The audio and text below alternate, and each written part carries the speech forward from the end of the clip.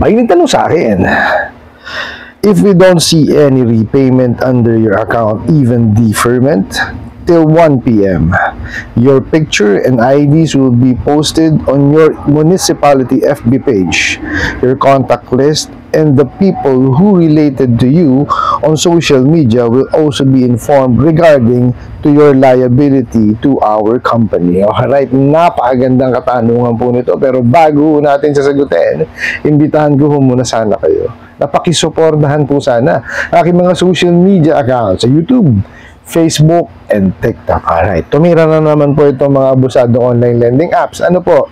So, ito yung sinasabi ko sa inyo na ginagamit nila, no, yung mga information and even yung mga requirements o yung dokumento na pinapasa nyo sa kanila. No? At yung mga ninanakaw nila sa inyo against sa inyo.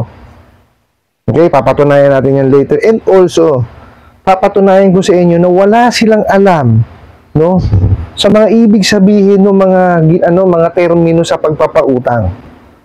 Totoo yan. Talagang walang alam sa pagpapautang eh. Okay? Ito po, sasabihin ko sa inyo kung bakit. Sagutin ko natin siya. Sabi nga ho dito, pag wala daw ho silang nakitang bayad, no, under your account, kahit na deferment. Ayan, sige. Sasagutin mo natin to. Deferment, alam ho ba nila ibig sabihin ng deferment? Okay, pag sinabi nyo pong deferment kasi ibig sabihin is to postpone payment. O bakit kayo diba? Ang linaw dito sa sinasabi niya, if we don't see any repayment under your account, even deferment till 1 p.m. Nagbanta na, your picture, blah blah blah. Di po ba? Kung deferment naman pala, mayroon ko baga may pinag-usapan na kayo kung kailan babayaran.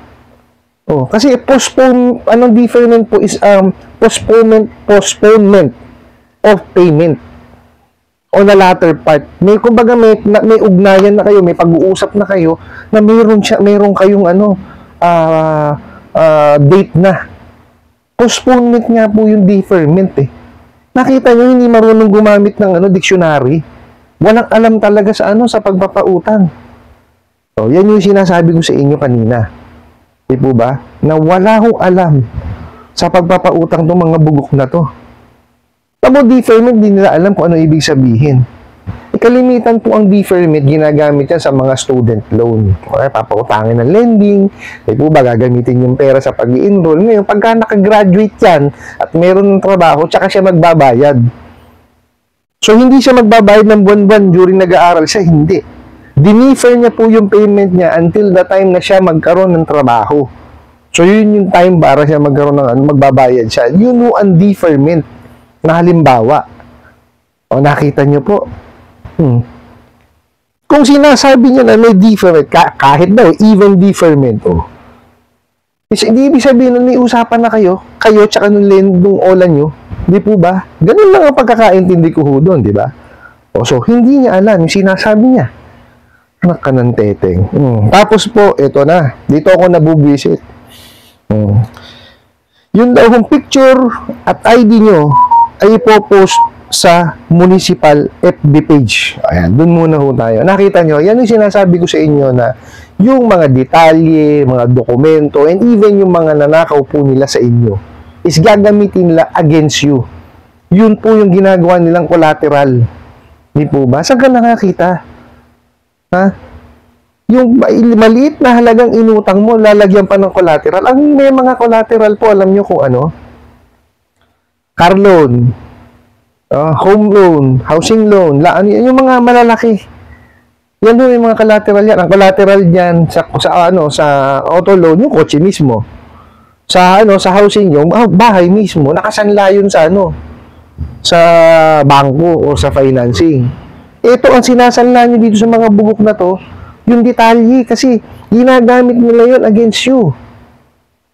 Di ba? Pero yung sabi dito, yung picture daw ninyo, tsaka yung ID, is ipopost nila, sa FB page, dun sa munisipyo niyo, para pahiya kayo.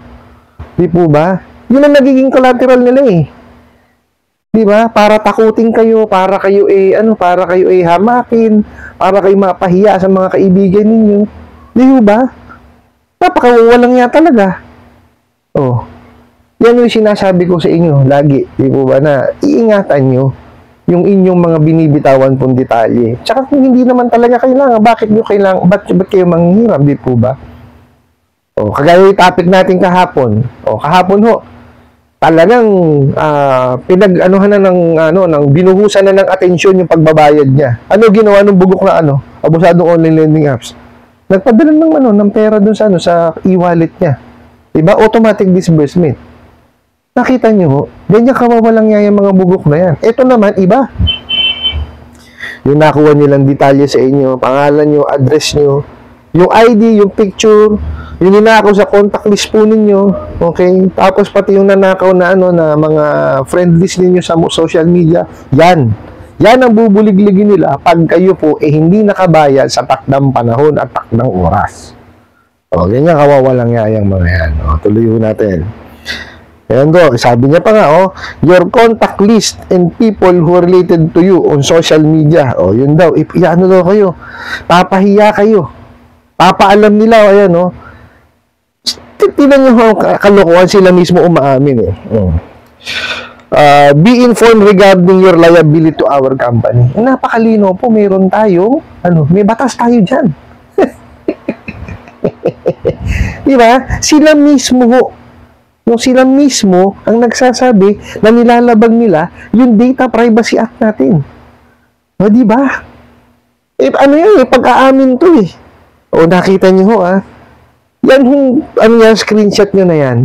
Ipadala nyo siya sa National Privacy Commission. Maliwanag ang ebidensya yan kasi sila na mismo ang nag-umamin di ba basahin ko sa inyo. Your picture and IDs will be posted on your municipal FB page, your contact list, and people who related to you on social media will also be informed regarding your liability to our company. Tama ho ba yun? Sila na mismo ang nagsabi, sila na mismo ang umamin, na isisiwalat nila. Diba? Ipapaalam po sa ibang tao yung liability niyo raw or yung utang ninyo sa kanila, wala naman dapat nakakaalam nun. Dapat yung hiniraman lang, tsaka kayo ang nakakaalam nun. Di ba? Hindi dapat sinisiwalat yung mga ganyang klaseng sensitibong bagay o information. Di ba? Maliwanag ho. Na walang alam sa pagpapautang at ginagamit, sa mga kliyente nila, yung mga nakuha nilang information and even yung mga dokumento. Yan ho ang hirap dito sa mga bugok at abusadong online lending apps na to. Kaya ako lagi kong sinasabi sa inyo, uulitin ko po, kung hindi nyo ho kailangan talaga na manghiram, huwag na ho kayong manghiram dyan sa mga bugok na yan. Or kung kailangan nyo po, sumubok ho kayo sa mga bangko. Sa mga lending at financing na equally divided po ang amortization. Yes, andun na po ako matagal. Pero kasi chinecheck ho nila kung kayo ba is mentally and financially stable na. Kaya nyo na siyang bayaran. Di po ba? Kasi hindi ho lahat ng tao ay napagbibigyan na makahiram muna ng pera. Ako ho, hindi naman ho lagi nakakahiram Maraming beses din ho ako nadi-decline. Bakit? Kasi siguro sa evaluation po nila hindi ako papasa. Di po ba? Kasi per banks, per companies, per financing, per lending, iba-iba ho kasi ng policies and procedures yan Unlike dito sa mga bugok at abusadong online lending apps na to, standard. Di ba? Pini-fill out mo pa lang yung nila, yung apps nila. Nailagay mo pa lang yung cellphone number mo na connected sa e-wallet, ayan ay pera. Shoo! In 5 minutes or less, darating po yung pera. Ganyan ho sila, standard sila, di ba? Samantalang ho yung mga talagang nagpapautang ng totoo, na inaalam kung may kakayanan ka na, kaya mo na mentally and financially. Yung responsibility ng paghuhulog, para dun sa nahiram mo, talagang binubusisi yan. Hindi yan basta-basta.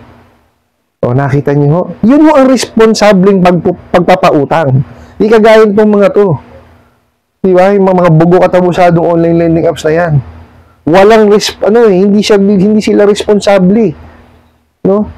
Importante ho yan sa pagpapautang. Dapat responsible kang nagpapautang para yung pinautang mo maging responsable din sa pagbabayad ng utang. Give and take ho yan. Sabi nga ho ulit, it takes two to tango. Hindi ba? Hindi mo pwede isa lang ang magsasayaw. Dapat yan parehas kayo. Kasi, pinautang ka, di ba? Na ikaw na nakahiram, dapat maghulog ka. Di ba? Ganun lang yung kaya nga kung may evaluation yan, may credit investigation yan. Hindi ho basta-basta ang pagpapautang. Akala kasi nila ganun-ganun lang. Di ho ba? Kaya sabi ko sa inyo, ang hint ko dyan, yung mga detalye lang nila, o detalye ng mga kliyente nila, at kinukuha para sila ay makapang-negosyo. Totoo ang negosyo niya mga yan, ay, pag nanakaw ko ng detalye. Sus Mario Joseph. Kasi magtataka ka hindi naman sila naniningil eh. Hindi yung pagbungad sa telepono, mumurahin ka. Paniningil ba yun? Hindi yun. Malabo ho yan. Hindi ba? Doon siya nagpadala ng katanungan na yan. Huwag niyong intindihin. Hindi ba? Kasi, yan eh, maliwanag yung pangaharas yan. Maliwanag yung pananakot. Di ba? Pakalmayin yung sarili nyo. Kung meron kayong hanap buhay, pag-ipunan nyo siya at saka nyo bayaran. Di ba? Kung kayo ay nandun na kayo sa past due. Di po ba? Pag-ipunan nyo at saka nyo siya bayaran. Pero kung meron naman talaga kayo extra money, di po ba? Bayaran nyo na agad para makalabas na kayo dyan.